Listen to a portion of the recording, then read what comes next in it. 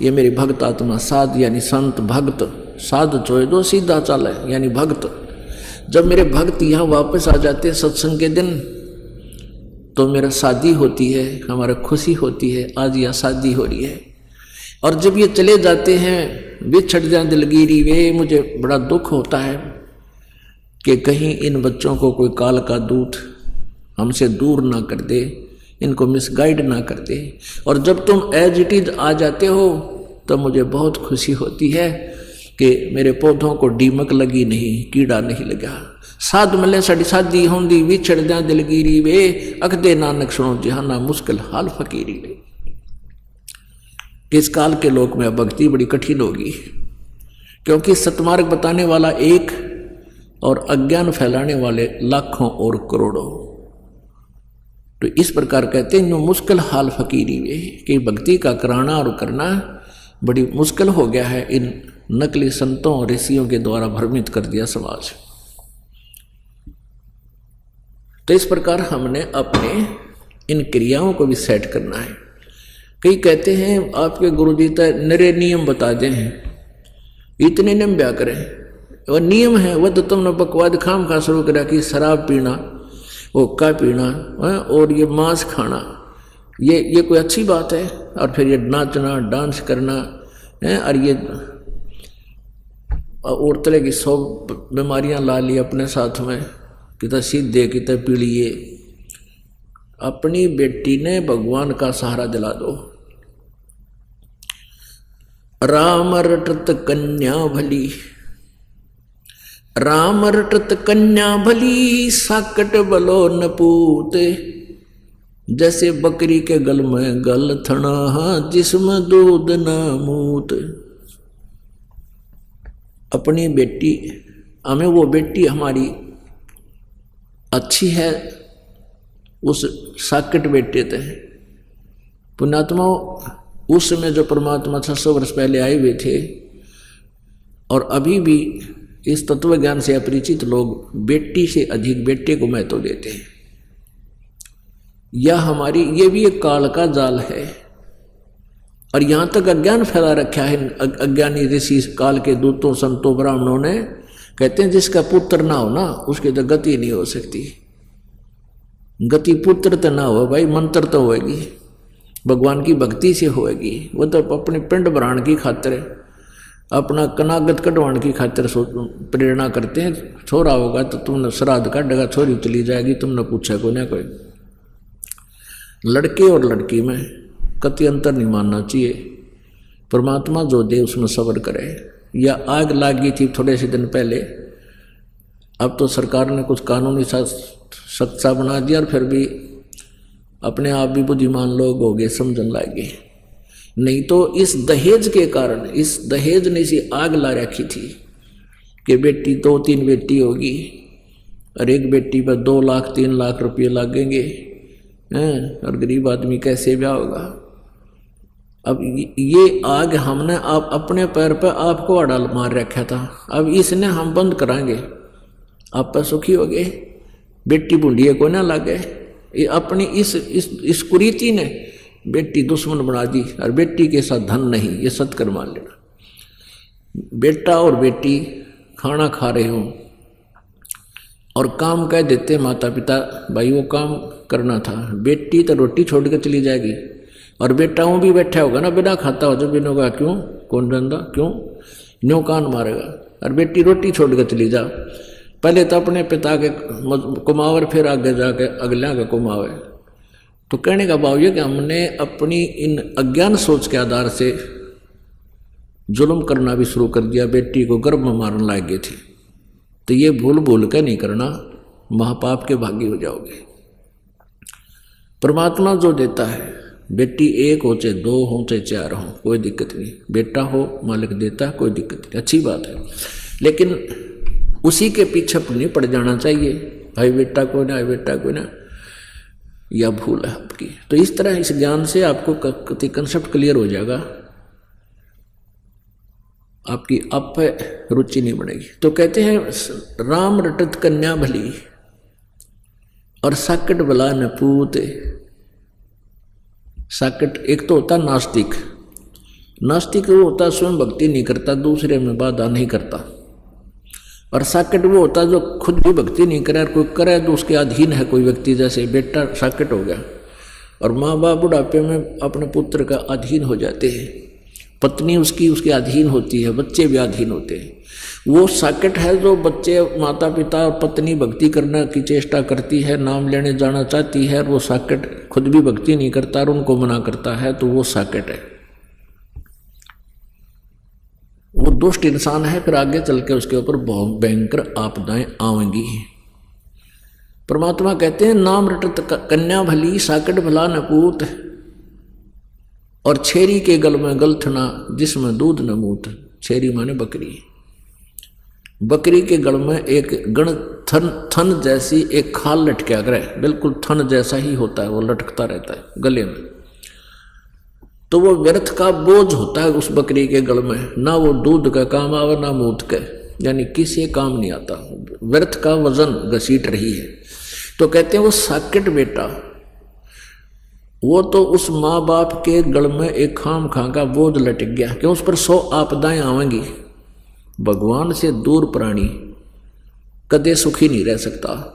ठीक है, जब तक कुछ पुण्य चलेंगे पूर्व संसार के तो वो सुखी नजर आएगा, और पाप भी शुरू होंगे, फिर पाप भी भोगने पड़ेंगे, फिर वो महादुखी होगा। तो बेटा दुखी होगा तो माँ बाप भी दुखी होंगे, उनकी भक्ति में बाधक बनेगा। और बेटी नाम ले रखा है, भक्ति करती है, उसका विवाह कर दिया, ससुराल जाएगी, तो वहाँ भी परमात्मा अपने उस पुण्यात्मा के साथ रहेगा।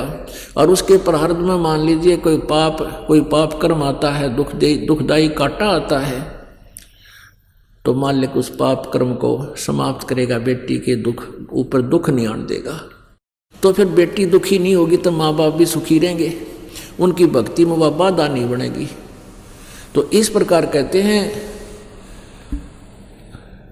नाम रटत कन्या बली, साकेट भला न पूत, जैसे बकरी के गल में गलथना, जिसमें दूध न मूत। तो भाव ये हमारा कहने का कि हमने इस अपनी बेटी को और बेटे को दोनों को ही परमात्मा के मार्ग पर लगाना चाहिए, हमारा परम कर्तव्य है। और फिर परमात्मा उनके साथ हो जाएगा, आने वाले उनके संकटों का आप पर निवारण करेगा, क्योंकि भगवान के गुणों में ये लिखा हुआ है कि परमात्मा अपने बच्चों के संकटों का निवारण करता है। सत साधकों का, जो शास्त्र अनुकूल साधना करते हैं और नियम निभाते हैं। पिछले हम बहुत से इतिहास पढ़ते हैं, कथाएं भी हम सुना करते थे, बहुत से अच्छे आचरण भी महापुरुषों के हमने देखे और पढ़े हैं, लेकिन हम आचरण कति नहीं करते। परमात्मा कहते हैं करनी तज कथनी कथें, अज्ञानी दिन रात, कुकर जो भौकत फिरे, ये सुनी सुनाई बात। ये कथा भी करते हैं, कथावाचक भी हैं, बड़े बड़े संत, बड़े लतीफेदार प्रवचन करते हैं, लेकिन उनके प्रवचनों का किसी पर कोई असर नहीं। और श्रद्धालु बहुत गणे, कोई विकार नहीं छोड़ रखा, सब कोई बीड़ी पीवे, कोई गुट्टी लावे, कोई पान खावे, कोई और सारी सब क्रियाएं करते हैं। तो फिर भक्त में और अभक्त में अंतर क्या रहा, कारण क्या है, ये कारण बताएंगे। एक बहन अपनी बहन को नाम दिलाने लाई और वो कहने लगी कि या मेरी बहन बहुत दुखी है और इसने ऐसे ऐसे धन धन सतगुरु सरसा वाले का नाम भी ले रखा है और फिर भी महा दुखी है। तो मैंने कहा बेटी यहाँ उपदेश ले, और ये बीड़ी तम्बाकू शराब मांस ना छूना है, ना पीना है, ना किसी को पीने के लिए देना है। आप वो ये बीड़ी बैडी का तो मैंने उसको नहीं कहा बीड़ी शराब, क्योंकि वो लड़की थी माया के बीड़ी पीती होगी। बाकी हम नियम बताते हैं, पहले ये दास पर्सनल बताया करता था, थोड़ी संगत होती थी। तो उसको बताएगी ये साधना नहीं करनी है, ऐसी साधना करनी है। तो वह कहने लगी जी नाम तो हमने ले रखा है, नाम में के लोग के जरूरत से हमने लेने की, गुरु तो एक होता है। मैं बोला बेटा गुरु एक डॉक्टर होता है, एक डॉक्टर से आपका ट्रीटमेंट ठीक नहीं हो रहा है, दूसरे से इलाज करा ले, क्या बात है। मैं बोला जी नो कहें पाप लगेगा, मैं नहीं, बिल्कुल नहीं लगेगा। झूठे गुरु ने त्याग दे कति पाप नहीं लगेगा, सच्चे गुरु ने त्यागेगी तो पाप लगेगा। ने बोली जी हमारा गुरु तो सच्चा है। मैं फिर सच्चा बेबी यहाँ क्यों आई, अपने सच्चे दौरे जाओ भक्ति कर ले वहाँ पर। उसकी बहन बोली इनका नाश होया पड़ा है, अरे यह सच्चा गुरु बताओ है।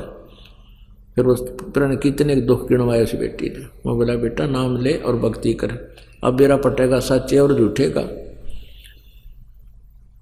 तो नो बोली जी या बीड़ी पिया करे। उसकी बहन बोली या बीड़ी पियो है भगाडन जोगी, लड़की होकर बीड़ी पियो तुमने शर्म नहीं आती। तो नो बोली जी पहले ना पिया करती, मैं तो नाम ले पाछे पीने लाएगी। माँ ठीक, नाम ले पाछे छोड़ा करें, बुराई न शुरू कराया करें। वह कहने लगी जी हमारे में सत्संग में जाया करती, गांव में सत्संग करती हैं औरतें, और फिर बीच में जब रेस्ट करें ना वह बीड़ी पिया करें सारी, और प्लेट में डाल के बीड़ी और माचिस, अरे खुली सीख ऐसी बढ़िया सजा के सबको देती है एज ए प्रसाद।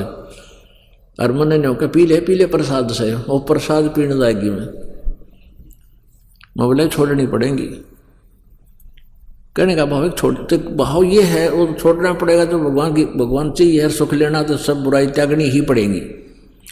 मान गई वह, चलो कोई बात नहीं। तो कारण क्या है कि उन संतों के पास वो भक्ति नहीं है मार्ग जिससे जीव को सुख मिले।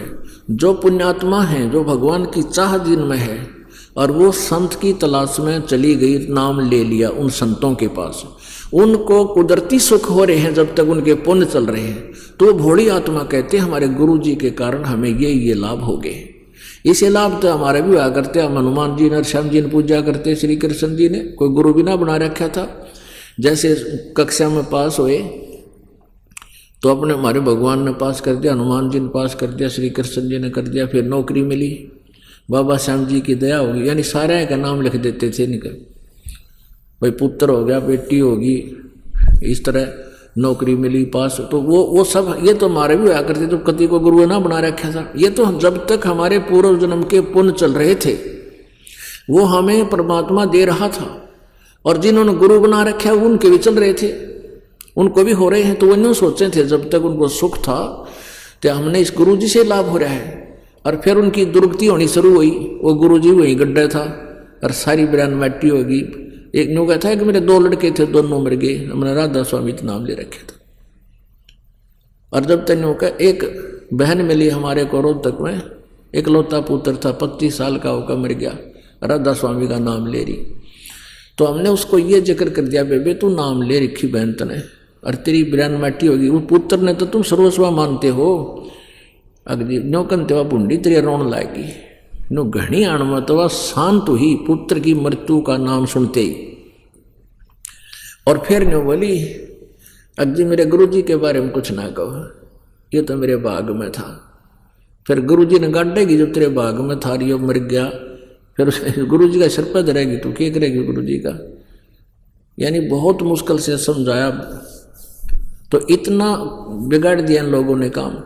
तो गुरुजी नहीं बदलना चाहिए। इतने श्रद्धालु वहाँ गए हुए हैं और उनको जब तक सुख चल रहे हैं तो वो औरों ने भी ले जाते हैं, देख हमारे ऐसे सुख हो गया, मैंने नौकरी मिल गई, फलान हो गया। और अब उनकी दुर्गति हो रही है, सारे की विरान माटी हो रही, वापस आने लग रहे बेचारे। अब रो रहे हैं कि मैंने 20 वर्ष खो दिए, मैंने 30 वर्ष खो दिए, कुछ भी लाभ नहीं हुआ, मैं उजड़ गया। कति मेरे 3 गाड़ी चल रही थी, आज एक भी कोई ना, रिक्शा भी नहीं, साइकिल भी नहीं रहा। कि जब तक उनके पुण्य चले तब तक वो सुखी नजर आए। और जब पाप कर्म का दौर चला, वो पाप काटने के संत नहीं है, वो तो जैसा तुम्हारा प्रारब्ध मिल रहा है वो मिलता ही रहेगा।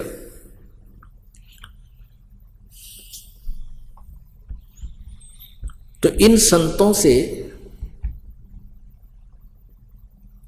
संतों के वचन में शक्ति नहीं, परमात्मा का सहारा नहीं, इसलिए उनसे कोई भी विकार छूट नहीं रहा। एक संत का प्रवचन सुना मैंने, जम्मू वाले का कबीर पंथी है वो। उससे किसी ने कहा कि महाराज तुमने यहाँ तो बीड़ी पीते हैं आपके चेले सारे। जो बोला बीड़ी पीना मना कर दूंगा तो यहाँ कोई नहीं आएगा। अरे वाह, फिर तो शराब का ठेका और खुलवा दिया आश्रम में, और गणे आ जाया करेंगे। तो ये तो दुनिया ने बुकाए बैठे हैं। मधु परमहंस, ये साहिब बंदगी वाले की ये वचन वो रिकॉर्ड कर रखे हमने उसके टीवी पर। तो इसे संतनों का यहाँ बीड़ी पीना मना तो कर दूं, पर यहाँ कोई नहीं आओगा। अच्छा ही न, फिर तो यहाँ पर और भी कोई खुलवा दे ठेका ठेका।